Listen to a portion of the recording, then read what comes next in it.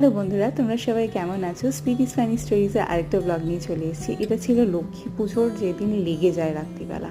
তো তারপরের দিন তো আমাদের বন্যা ওইরকম একটা ক্যালামিটি হয়েছিল।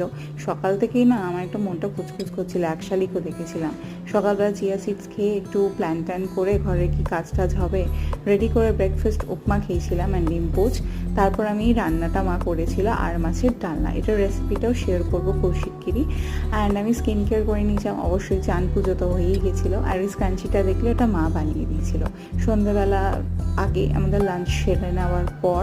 তারপর বিকেলবেলা একটু পেস্ট্রি অ্যান্ড পিৎজা বানিয়েছিলাম। এটারও রেসিপি আসছে খুব তাড়াতাড়ি। অ্যান্ড আমি রেডি হয়ে গেছিলাম, লক্ষ্মী পুজো পাশের বাড়ি ছিল, ওরা করেছিল তো ওখানে খিচুড়ি ভোগ, তারপর ফল মিষ্টি নাড়ু এগুলো খেয়েছিলাম।